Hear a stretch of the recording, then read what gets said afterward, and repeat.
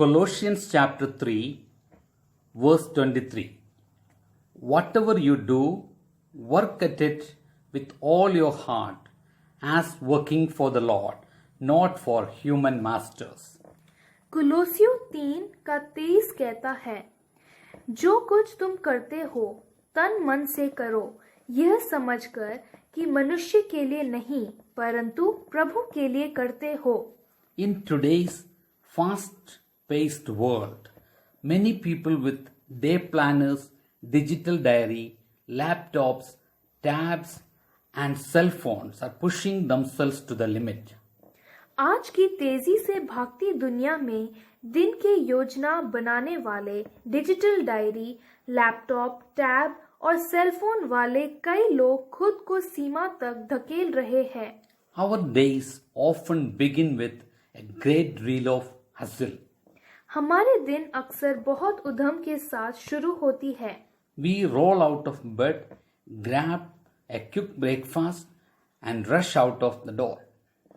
हम बिस्तर से उठते हैं, जल्दी नाश्ता को खाकर दरवाजा से बाहर निकलते हैं. After all, we have so much to do. आखिर हमारे पास करने के लिए बहुत कुछ है. We sometimes, with furrowed brows and clenched fists, हम कभी-कभी गुस्से में और पंजे की मुट्ठी के साथ race from soccer fields to school meetings to piano lessons. Football के मैदानों से स्कूल की बैठकों से पियानो कक्षाओं तक दौड़ लगाते हैं.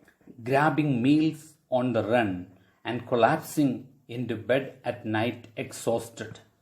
दौड़ में भोजन हथियाने और रात में बिस्तर पर गिर जाते हैं. Many times our hectic schedule and intense lifestyle have robbed us of our sense of humor, peace, joy and satisfaction. कई बार हमारे व्यस्त कार्यक्रम और गहन जीवन शैली ने हमसे हंसिया, शांति, आनंद और संतुष्टि के भावना को लूट लिया है.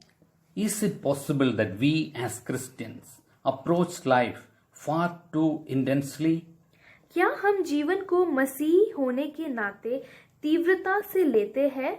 It seems that we often put ourselves under enormous pressure to succeed and to experience everything we possibly can.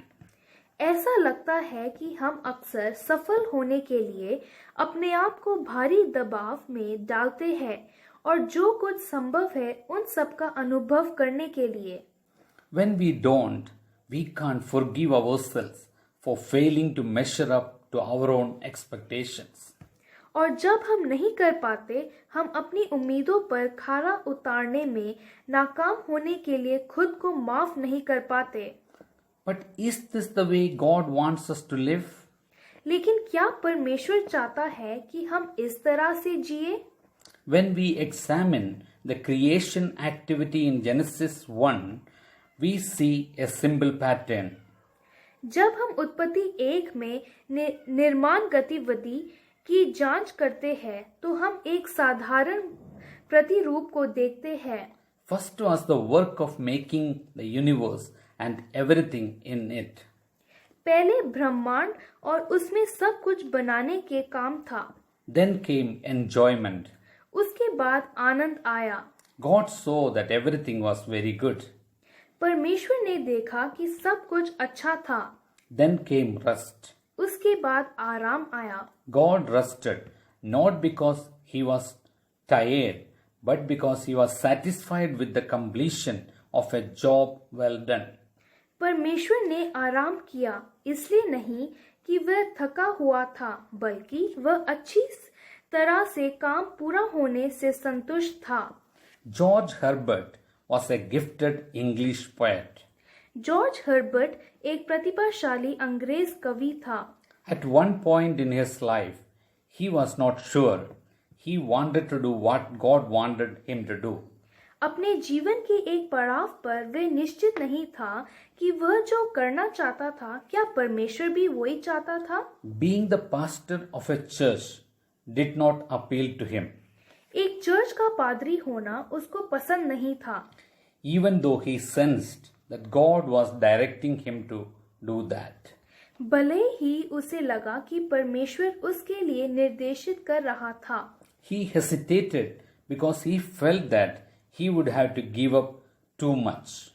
वह हिचकिचाया क्योंकि उसे लगा कि उसे बहुत कुछ खोना पड़ेगा। After a time of rebellious struggle, विरोधी संघर्ष के एक समय बाद he came to realize that submitting to Christ's lordship is the way out of self-centered bondage. उसने महसूस किया कि मसीह की आधिपत्य को सौंपना अंतिम केंद्रित बंधन से बाहर निकलने का रास्ता है। He also came to realize that serving the Savior does not usually entail heroic martyrdom. उसे यह भी पता चला कि उद्धारकर्ता की सेवा करना आत्म रूप पर वीर शहीदों को नहीं मिलती है। Rather, it is the willingness and worshipful performance of the most menial tasks for His glory. बल्कि परमेश्वर की महिमा के लिए सबसे कठिन काम करने का इच्छा और आराधना का एक भाग है। Many of God's people are troubled because they can't give themselves to what is called full-time ministry. परमेश्वर के कई लोग परेशान हैं क्योंकि वे खुद को पूरा समय सेवकाई में नहीं देना चाहते। All of us, whatever our job, हम सभी चाहे कोई भी काम हो, accounting, nursing, teaching or anything else, accounting, nursing, teaching और कुछ भी हो, need to recognize that we are always to work for the Lord. ये पहचानना जरूरी है कि हम में हमेशा परमेश्वर के लिए काम करना है। Any job will take on greater significance if we consciously do our work for the Lord. यदि हम सचेत रूप से प्रभु के लिए अपना काम करते हैं, तो कोई भी काम अधिक महत्वपूर्ण होगा। Loving Lord, प्रेमी प्रभु, as I undertake the daily roles and responsibility in my life, जैसे मैं अपने जीवन की दैनिक भूमिकाएं और जिम्मेदारी निभाता हूँ, I pray that I will undertake it willingly, enthusiastically, and to the best of my ability to glorify you, my Master. मैं प्रार्थना करता हूँ कि मैं इसे स्वेच्छा से, उत्साहपूर्वक और मेरी पूरी क्षमता से मेरे गुरु की महिमा के लिए करूँ। I pray in Jesus' name. Amen. यीशु मसीह के नाम में मैं प्रार्थना करता हूँ। आमीन।